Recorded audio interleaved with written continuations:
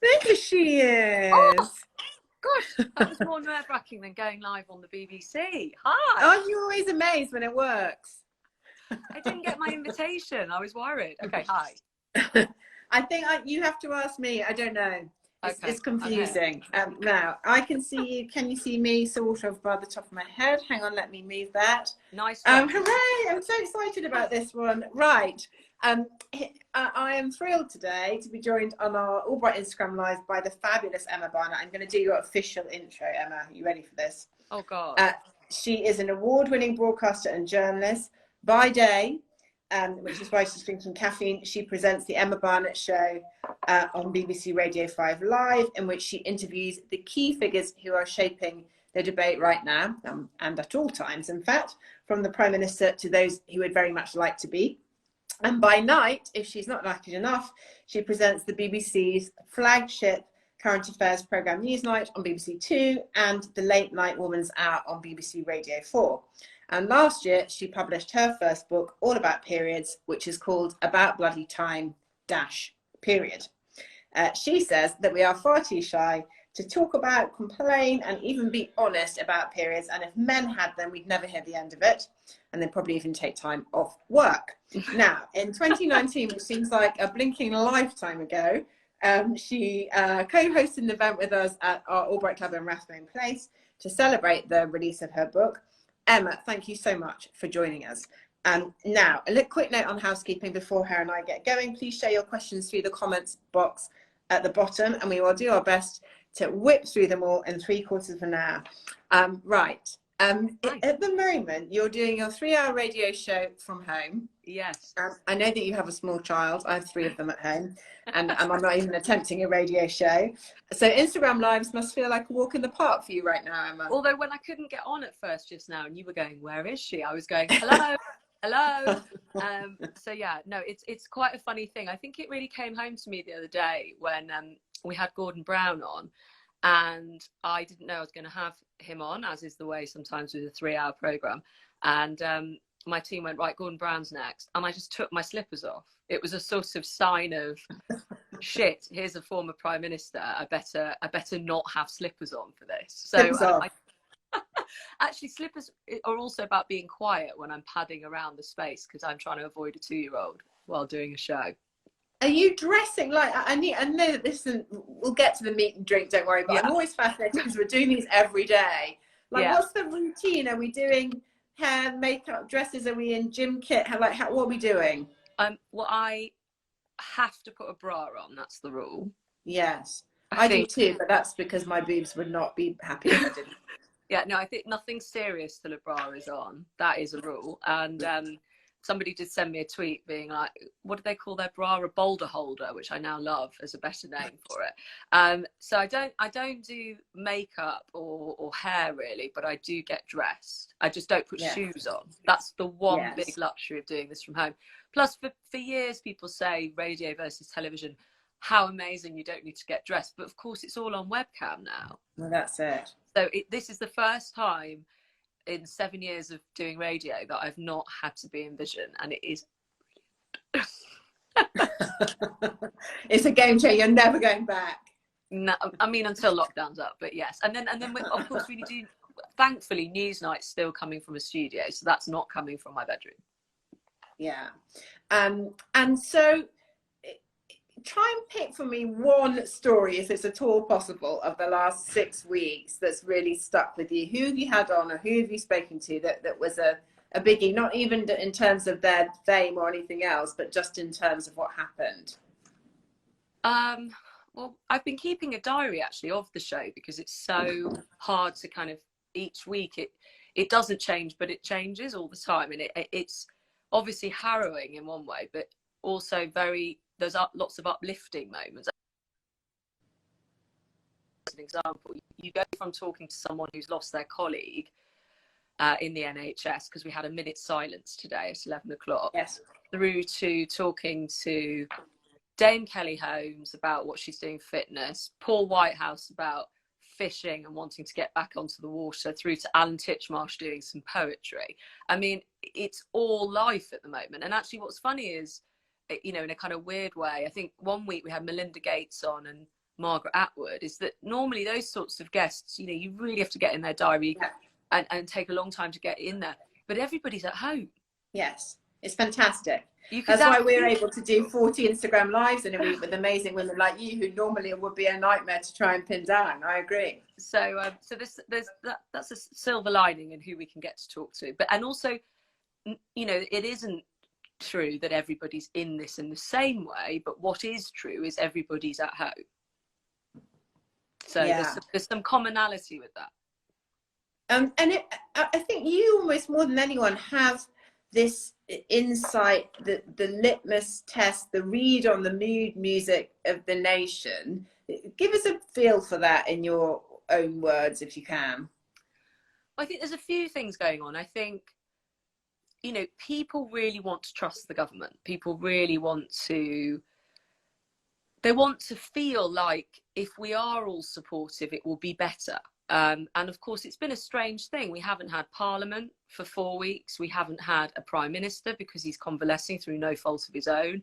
He's back, obviously, as of yesterday.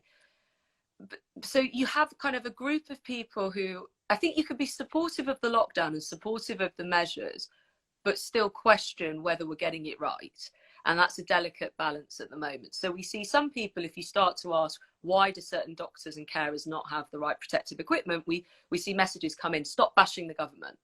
But then on the other hand, if you're hearing from the mother of, as I did this morning, the mother of a doctor who's been dealing with the dead without any PPE, without any protective equipment, you have to ask, why has that not happened? So I think we're in a weird place where we could end up in Britain, and I know you have members around the world, but we could end up in the UK of having the highest death toll in Europe, and there will be very serious questions asked. I'm of the school of thought we should be asking them while we're going through it. Yes. Not afterwards an inquiry. So, you know, that's a bit of a dividing line.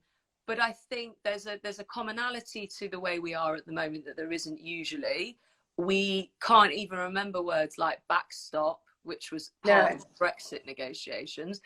Well, I did this with Gina Miller last week, and I felt sort of nostalgic in a way for the time when that was the debate, right? Yeah, those were the days of that sort of stuff. So, sorry, it's not an easy answer, but I think there are a couple of schools of thought of how we're feeling, if you see what I mean. And then there's people who are angry. You know, there's older people who feel they've been lumped in with the infirm and been told they can't go out, but they're not in old age homes. I don't know. There's very much younger people who've been listening to the radio who we wouldn't normally get to because of school, who feel like their future's just been ripped. Yeah. Can we talk a bit about women? Because you know, that's a topic that both you and I care about. Why not? We're doing this. I've got a mug saying "Mama" here, which is good. It's got gin.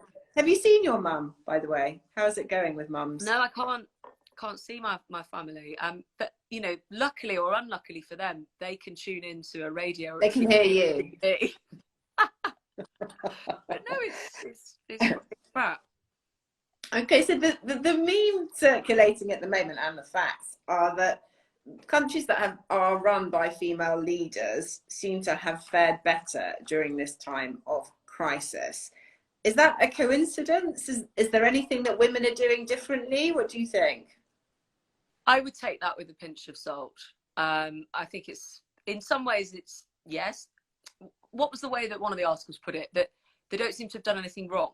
It's not necessarily that they're doing anything that differently, but also a lot of those countries, let's exclude Germany, of course, which has got a larger population, have much smaller populations. You know, New Zealand, everyone keeps talking about New Zealand, but you know, it's 4.5 million. It's the size of Scotland. It's half the size of New York. So I just would take a bit of that with a pinch of salt. But one of the conclusions I thought that was interesting was the idea that societies that routinely have women in power perhaps are in a different place or are better adjusted or may have better, I don't know, various systems like blended healthcare system in Germany, how they pay for it, which has led to a succession of women either staying in power for a long time or that not being weird, like Denmark, to have women in charge repeatedly. Whereas, you know, it's a once in a generation thing in Britain, apart from the Queen.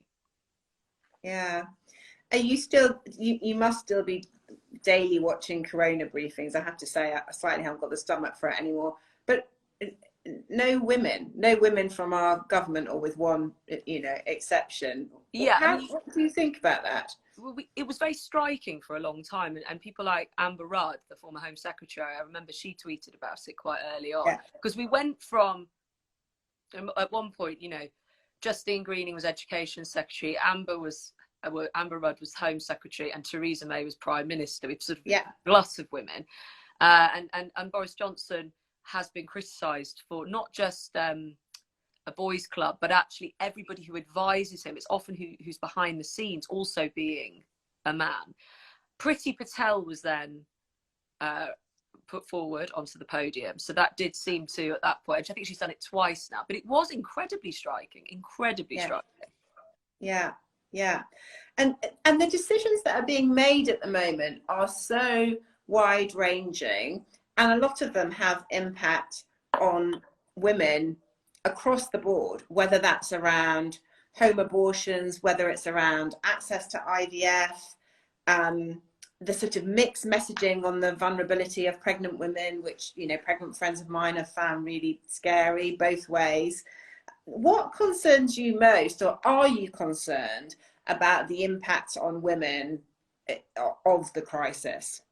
I think around the inconvenient fact, or convenient fact, however you want to view it, that we have wombs, puts us in a position of weird we get caught in the crosshairs of state control in a difficult time, either because we have to be protected because we're pregnant, or we don't have to be protected, or we just don't know, or we're not trusted that if we were to be in a position of getting pregnant and we didn't want to be, that we wouldn't be able to look after ourselves in that scenario. And I think it all comes down to trusting women.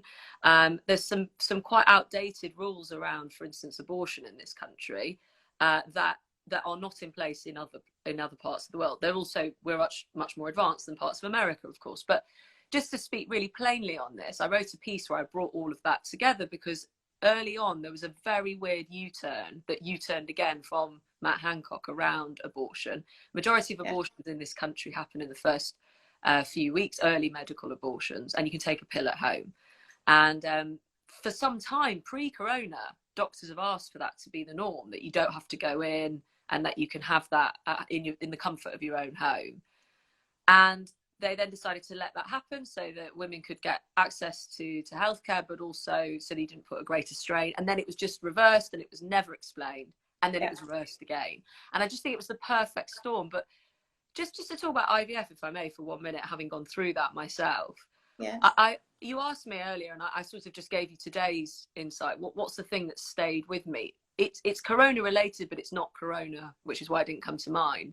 I interviewed a woman whose IVF transfer, so that when you have the embryo transferred, was cancelled a matter of hours before she went in. That woman was on drugs for 6 weeks, had paid thousands of pounds, and had her hopes of having a possible pregnancy ripped from her within hours. Now, people who are fertile or don't want kids can never understand infertility, but all I would say is, and nor should they, having done it, it's the only time I've nearly cried on the radio, because the toxic combination of the hormones and the hope, and where her head must have been, was horrendous. And the only thing I would say is, it's completely right that healthcare is prioritised around COVID, but to not even give those people some sort of timeline as to when embryologists, who in the private sector are not working in ICU, could go back to work, is extraordinary. And because women are not getting younger, and some of these women are in their 40s and they're living in a limbo land. And yes, to anyone who's saying that's not the priority, I know, but we're not banning fertile people from having sex and trying to have a baby, are we? It's the unintended consequences often, negative and positive. I guess what we're juggling at AllBright is always, what does it mean for women? How can we support women? What do women want? What's been interesting for us is we've been doing a lot of asking our community how they're feeling, how they're thinking about the world of work. And a big number of them, over 60% of them, has said that they are looking at pivoting in their careers after all of this. Now, there's context to that, isn't there? Because there's a lot being written about the disproportionate economic impact of Corona on women. More women in lower paid jobs, more women being furloughed, female redundancies. There's some really interesting stuff that I read yesterday about the number of women publishing scientific papers during the last 5 weeks is down 50% versus men because of the mental load, right? And all of us who are at home trying to do at the moment, alongside 24/7 Zoom calls and the odd Instagram live where I actually have to dry my hair and 3 lots of homeschooling. And we know where the mental load not always, but can often sit. So I guess what we're trying to work through is it good for women? Is it bad for women? Is it neutral for women? What can we do? What should we all be thinking about alongside everything that you flagged around the disease? But as well as the disease and the impact of the disease, there's the impact on society and the impact on women, how women work, how they earn, what their career prospects look like. What have you been thinking about that? What are your thoughts on that? Well, I mean, there's a lot in there. It depends which part of society, I mean, and what sort of job you do as well. I mean, if you've already got kids, which I think is what you're sort of saying in some of what you've described there, are you talking about the fact that they're more looking after kids at home, so therefore they're putting their scientific papers on the back burner? Or? Well, just it's bloody hard to do everything, and our AllBright audience doesn't always have children, but they often do have children, and that seems to be, if you look at what the data is suggesting over the last few weeks, having an impact. Having children at home is having an impact alongside the economic consequences of what's happening to business, industry, and the economy. Yeah, I mean, I think, you know, that it's about making, I mean, the funny thing is, somebody wrote the other day about, and I recognise not everybody in line with what we were just saying can have children or does have children or even wants them, but all of the above, in line of with that, you know, some men I saw writing a few bits on this, which was like, suddenly you think, well, what's it all about? If you're in a period of lockdown, you're like, what's my life about? What's my identity about? And women who have had kids have gone through that. It's called maternity leave, where you literally have the most important but boring, repetitive job in the world. And often, you know, we are like the least prepared group generation of women for that, because we're so told we can do anything and go and get whatever we want. And I know you care about that, AllBright. And then there you are at home thinking, what the fuck is this about? And I think that kind of weird period of putting yourself on the back burner has more fallen to women, and therefore more naturally falls to us. So that if there's something going on in the house, you'll be like, I'll just do it, you know. But then I think just to be aware of, even if you don't have kids, just looking at society, we're thinking about the key workers, right? And you've got, if you think about caring professions, that is majority female. So, you know, of course, key workers include lorry drivers, include logistics, that's majority men. So I think it's a hard time. I'll tell you, this is what I'm really finding. There's a rule on the radio. When you present a show, you never say, oh, what a gorgeous day it is today. Look at that sunshine. Because somewhere it's pissing it down. And actually, with this, you can't generalize. So you could just go on about gardening or whatever, and then realize a lot of people don't have a garden. So I think the way that the one strand that you could maybe generalize on is people having a bit of a reality check, and how that, I think that's an interesting figure from your group, 60%. You did a fantastic TED talk in 2015 about how women lose custody of their ambition. 5 years on, has the situation moved? Do you still feel like that? Do you feel differently? Should we be thinking differently about ambition at the moment? I mean, I think it's a great time, if you do have any time and any energy that you don't want to fill drinking wine after everybody goes to bed or whatever you get your moment. We were going to do it with a gin. I've got a cup of tea. I've been rubbish, sorry. I have ended up with a cup of tea and a cookie as well. But I think it could be a great time, because all social plans are cancelled, to think about what else you'd like to do, and to plot, as I call it, to have a bit. it's always exciting to cheat on your job or have a bit of a plot on the boil. You know, you're an entrepreneur, you've done this. Oh, I love it. Do you know what our project is at the moment? I can't take credit for this. My 11-year-old son, who's an entrepreneur, you know, monkey, as one would expect, has become totally obsessed with growing chilies on our roof.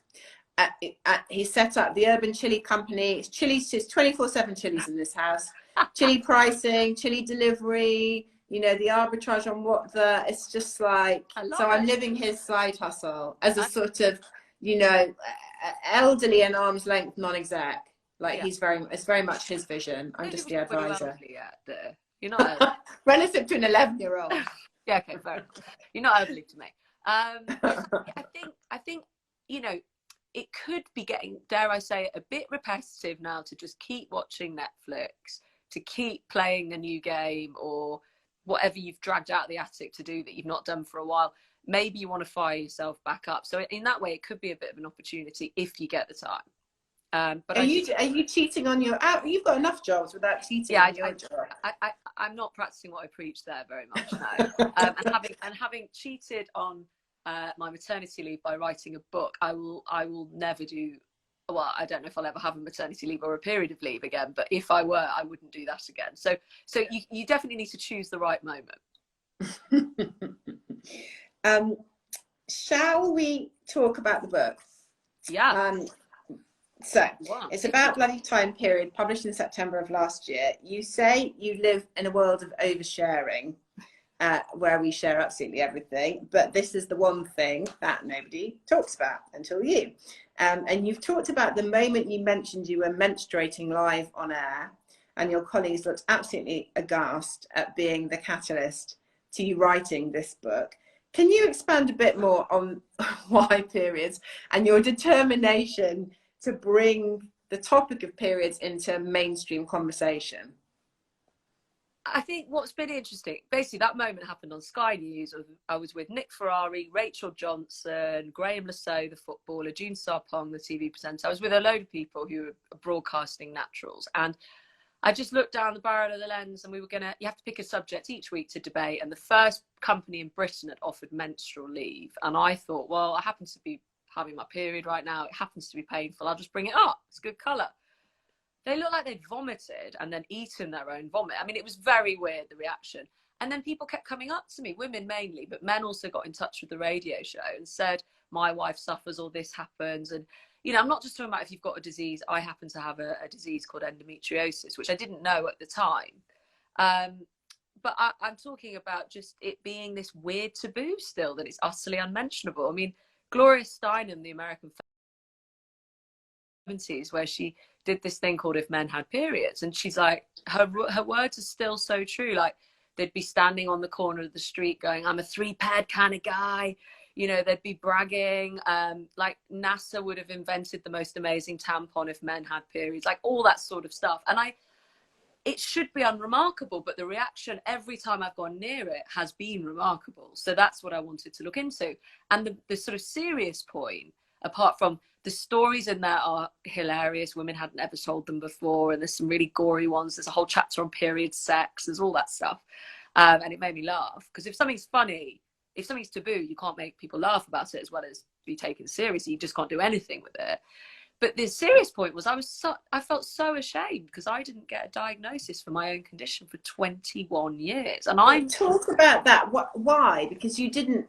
You didn't ask. No, I said I keep nearly blacking out. I'm in so much pain.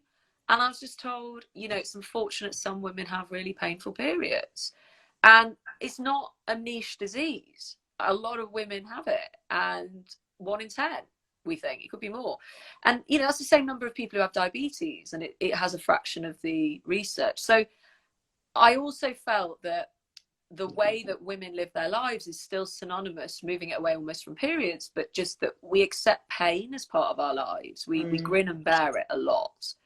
There's a study about women having issues just in that area, in their vaginal area, and not seeking any help. So I just feel it's an interesting thing to shine a light on in that broader way and then get specific. But the other thing just to say is there's one broadcaster who will remain nameless, and I went on her show. And she whispered to me, the only reason we've been allowed to do periods in the show is because you're a serious broadcaster. Oh, right. Okay. And I was like, because you're on Newsnight, otherwise it's not a topic. Yeah, because we might be able to get a few questions in about Brexit, and, you know, you interview prime ministers, so it's all right. And I was like, oh, okay. And what I thought was amazing is I can use my position of serious broadcaster to talk about something that's seen as pink and frilly. And anyone who's had a period doesn't think of it as gentle, pink, or frilly. They just think of it as a pain or worse. So I've enjoyed disrupting what was expected of me. There was one man who took a meeting with me, also will remain nameless, at a publisher's, and he thought he could convince me away from this to write a series. Or to write something else. Yeah. He spent 40 minutes. He called it ladies' business. He wouldn't say the word. And he said, come on, a woman like you needs to write a serious book. And that just convinced me more. Why do what anyone expects of you and then disrupt it and use it to your advantage? Let's talk about that a bit in use. I have often sensed a fellow traveller, given that we're both Northern Grammar School girls. What is there a sort of fuck you motivation in the dark heart of Ms. Barnett? Like, what is it? Yeah. Talk about that. Well, just I think being irreverent is an important way, not for the sake of it, but it's a very powerful way to get your message across. And I like doing what's not necessarily expected. Yes, of course, because the very fact that those expectations exist speaks to a stereotype that isn't necessarily true.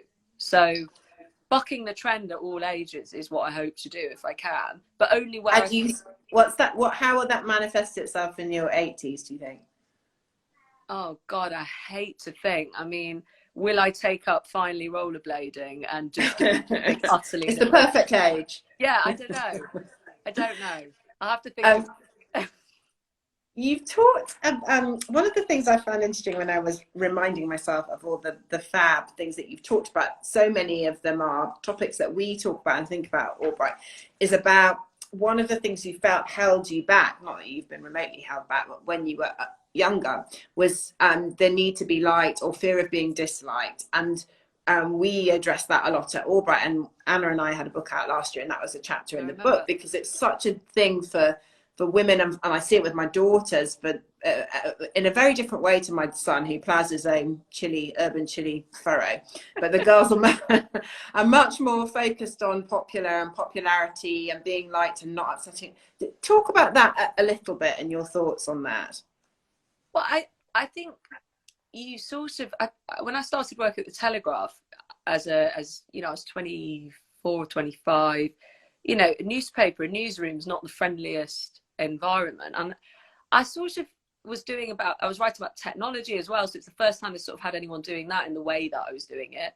And I just thought I have to develop a bit of a talent for being disliked in this situation or in other situations, because somebody said to me quite early on, especially in news, nobody's ever going to thank you for what you do, so you just have to sort of get on with it. Now that's very specific in my industry, I appreciate that, but I think there is a thing about being nice when you're a woman still, and being liked. And it's written about, it's called the dominance penalty. You know, if a woman, you must have heard about this, but in case people haven't, but if a woman says something with clout, she's seen as a bitch or a bully or bossy. And if a man says it, he's seen as authoritative and gets promoted. So I just think for a while, until you trust and have a team around you or people around you who do know you and do know your values, you just have to accept you might not be liked if you're trying to do something that's difficult. And, you know, whether that's, I don't know, I launched a section, I ended up launching a section at the Telegraph for Women's section. And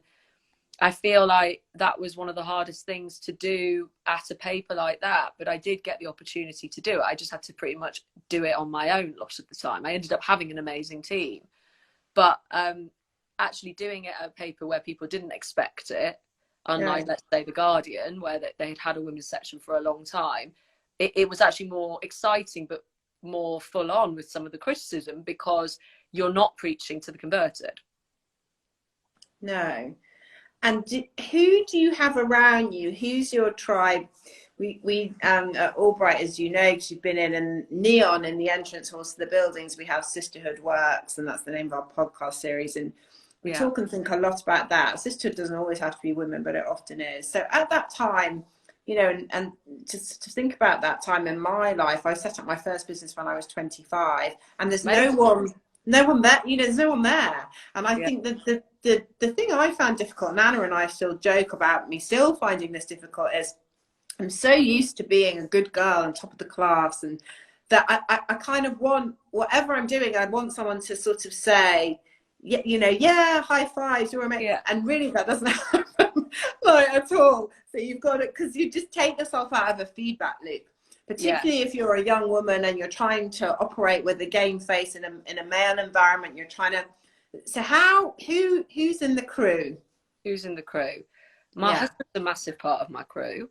My editors, who both happen to be women now, of my radio show and Under News Nights, Esme and Claire, are very much in my crew. There's a couple of other women at the BBC who I've worked with and then becomes friends with, and a couple of women left from my Telegraph days, because you don't go through something like that and not stay. And then there are 2 or 3 men as well who are like chief plotters with me. You know, I can bounce anything off them. And my literary agent, Robert, and my agent, Anita, are also, if you like, my unofficial board. So it's a real hodgepodge of people who I can call. Bob Shannon at the BBC, Jonathan Wall at the BBC, they've become real mentors as well to me. And I've had some of my biggest breaks through men, as well as women. But actually, if I think about it, yeah, 2 of the biggest was 3 men and 1 through a woman. So it is a group of people, but they're very disparate. It's not like every day I'm with those people. What were the big breaks, if you had to break it down? What were the 2 or 3 moments? I think when the editor of the Telegraph, Tony Gallagher, letting me start the women's section was a massive break. Alice Feinstein asking me to present Woman's Hour when I was 26 for the first time was a massive break in terms of broadcasting, and very surreal, because I'd done work experience there when I was 18 with Jenny Murray in Manchester. It was very frightening. Being the youngest host in their 70-year history was just terrifying. But luckily the first guest was Jessie J, and she was also quite nervous, so we had a good start. And although my first interview for them, it's just very quickly, is a very good test of your mettle, was or one's mettle, was with Yoko Ono. And I went to her hotel room, and I think she's quite famous for either being chatty or not. And the first few answers were 1 word. It's not great for a radio industry interview. So anyway, we got there. I found a way around it. So luckily that didn't go wrong. And then I would also say Jonathan Wall giving me my own show at 5 Live, you know, in terms of making that jump from print to broadcast. And recently Esme asking me to be on Newsnight. I mean, those are sort of key moments in getting to a bigger platform, a bigger audience, having the keys to a bigger car. And all around high fives, I've got this, or imposter syndrome moments of what the actual and how am I here? My line of work's really weird, because the red light, most things I do like this are live. So I love live, and you're either into it or you're not. And actually I love it because you can't redo it. What you get in that moment is only in that moment, and you're either someone who can cope with the stress of that or you can't. And what I'm trying to say with that is I've had loads of nerves. Like I remember standing on Andrew Marr when he was ill one week, and I'd had a baby 12 weeks earlier. And, you know, let's put it this way, your milk filling up on the set of Andrew Marr. Don't. Horrendous. Not a great experience. But what were you wearing? I was wearing like a blue Karen Millen fancy schmancy dress that went very sticky out, so you couldn't see my stomach in any way. But the point is, I was very nervous before, and then this weird thing happens, and it must be my line of work. The red light goes on, and I'm on. You're on. It's like a disease. But I don't know what I would do if that didn't happen. I probably wouldn't do the job, is the reality. So, yeah, I think you can feel quite ill up to the point, and that's good. But then if you kept feeling ill, it wouldn't be. And if you were to pull out a couple of interviews of moments, I can tell you what mine are. Well, the Jeremy Corbyn one is a very famous one, you know, for those of us who follow it. But you don't have to reflect on that, or you can if you want to. But what are the couple?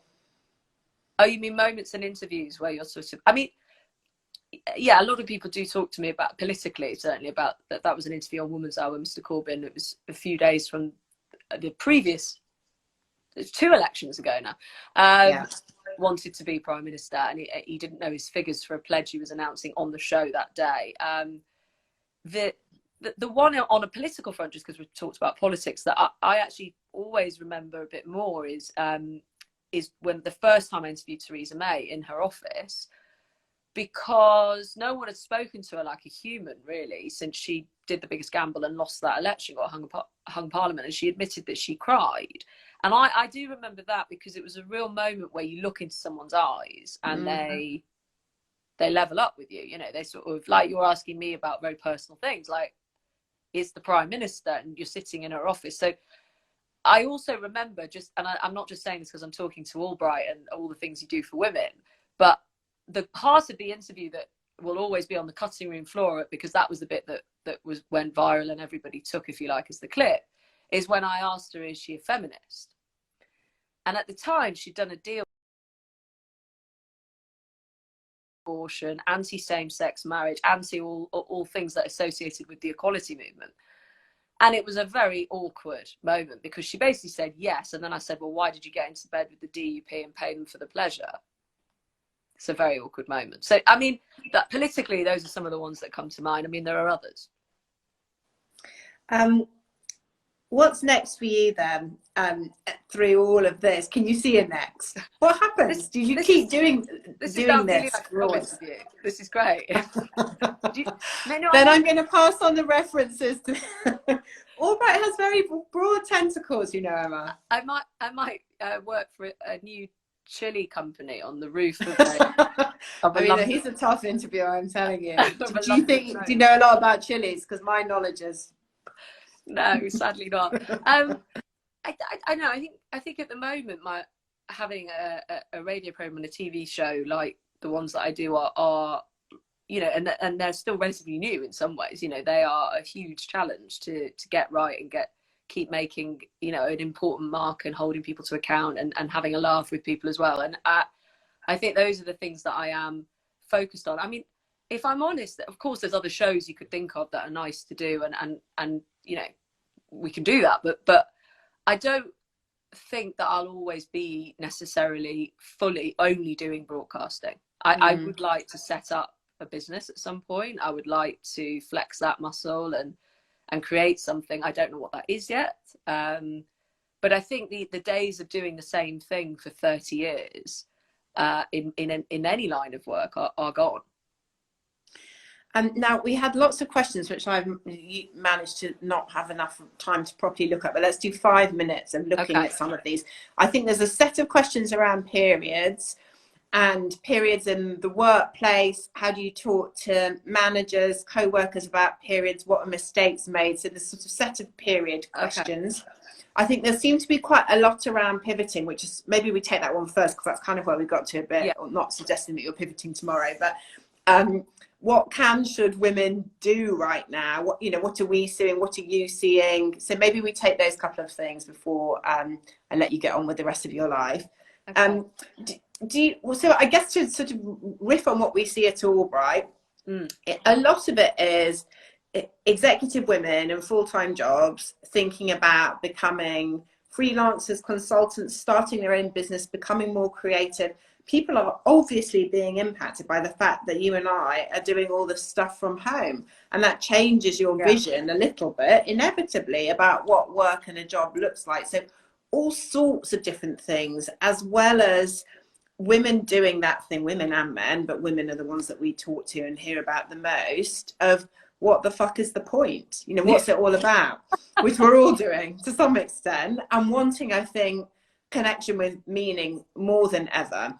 Are you seeing that, hearing that from the people that you're talking to? You take such a cross section of society, and obviously AllBright is we're talking to what we would describe as smart-minded, ambitious women. That means that they can do anything, anywhere in the world within reason, but we sort of skew around that. Obviously, there are lots of different people doing lots of different things, but reflect on that a little bit, perhaps. So what the question being on how do you pivot? Yeah.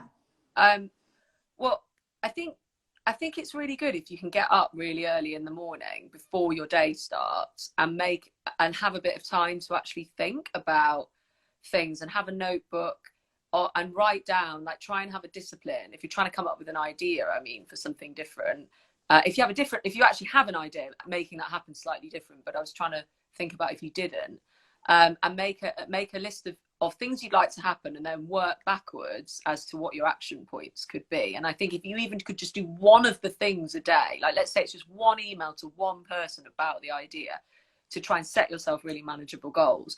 If you know what you want to do, I would never leave a job if I didn't have it off the ground yet.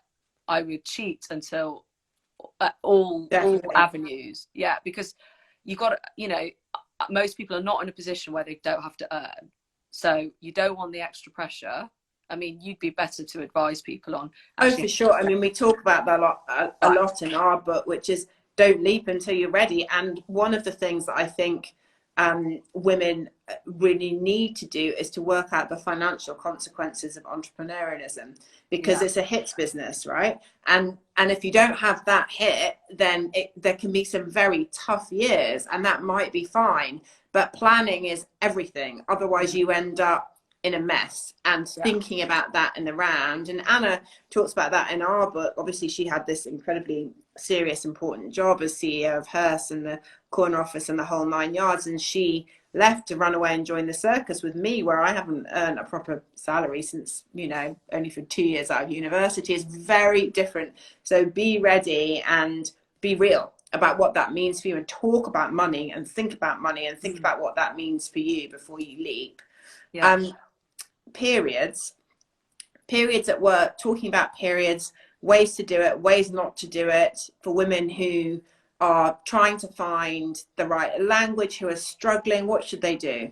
Well, there's part of me that kind of wants to just reread the chapter on work here, because I've got a whole thing on how you do that in the book. But I essentially feel that I don't ascribe to the view that we need menstrual leave, even though I've got a job which allows me to broadcast prostate, which I have done. I mean, literally, like with the microphone here when I'm in a lot of pain. I always say the day that I have my hot water bottle on the set of Newsnight, everyone knows I've really gone full peak. Don't have a taboo here. But my point is, I think that if you need leave, the leave policy already exists. It's called sick leave, right? Or if you need to work differently, working from home. We've all proven, if we work in jobs that allow it, obviously many jobs don't, that it can work. So as long as you do the work, if you have to find a way. But I think after Corona, this could be a benefit of saying, I just can't work at my desk today. Or some menopausal women in the police were telling me about just having the confidence to ask for the window to be open. So I feel like there are some small tweaks that can make working easier, that you just have to be able to put in easy language and a context to your boss, that don't mean you're any less. It just means you're honest. And chances are they'll know someone who has a period, and it will be better than you think. If it's not, they're the ones that will feel awful afterwards, not you. Right. 2 quick questions from me before we go. Worst ever interview and person that you haven't interviewed that you'd love to interview?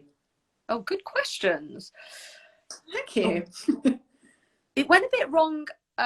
Who's it gone a bit wrong? It's gone a bit wrong with lots of people.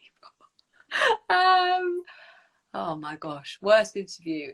Well, it nearly was Yoko, where she only gave one word answers, and it wasn't going very well. And then I told her I was going to Japan, and she told me which restaurant to go to and say that Yoko had sent you. I was like, well, we need to have a selfie for them to believe me. Worst interview. I mean, I think there was one with a minister, Claire Perry. She's no longer an MP. There's different meanings of worst. I'm not trying to avoid. I'm trying to give you the best possible answer. And she didn't know a brief at all in this. It was Department of Business just before Brexit. And in the middle, she turned around and said, fantastic lip colour, in the middle of the answer. And I mean, people do like this lip colour. It's Costa Chic by MAC. I did not give her that answer. And I thought, of all the fucking things to do in the middle of an interview to try and divert me like I'm some kind of magpie, if a man had done that, can you imagine? Yeah. The response. And actually, just on a flip of that, with politicians, Rory Stewart made up a figure in the middle of an interview once with me that went completely viral. It was on late night TV in America because they said fake news has spread to Britain. He said 80% of the British public loved the Brexit deal, and it hadn't even been published yet. So I was day 3 back from maternity leave, and I'd been wondering, would my brain still, and it did work. So that was a good litmus test. But he apologized within 30 seconds once I'd pointed out it was nonsense. So that was a great and a bad situation all in one. And he and I have spoken and been on air together since. Who would I like to interview? Who's up there? I'm trying, and I'd love to get her on. And, you know, we're in conversations. I would love to get Monica Lewinsky on. Yes. I think she speaks brilliantly. I've heard her speak. Powerful about shame. I think after what happened with Caroline Flack, after some of the campaigning around that, I think we need more than ever in normal times to have a very sober conversation about what shame can do to people. Okay, you get her on and we'll definitely have her on here. Right, Emma, I feel like you and I could do hours more of this. Hang on, there's sensible things I meant to say now. Thank you so much for joining.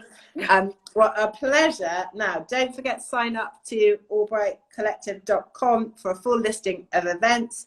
This week, we've got a killer lineup of women speaking. Tomorrow, I'm speaking to Caroline Fairchild. He's the editor-in-chief of LinkedIn. Anna is speaking to the Women's Equality Party leader, Mandy Reid, as well as leading a Zoom panel with Kelly Hoppen, Joe Elvin, and Melissa Ogdebash. There you go. Wow. Thank you, Emma. That was brilliant. Anytime. Thank you. And I will come to you and your son for business advice. We're always here. Okay. Thanks, my dear. Bye, everyone. Bye, everyone. Thanks, everyone.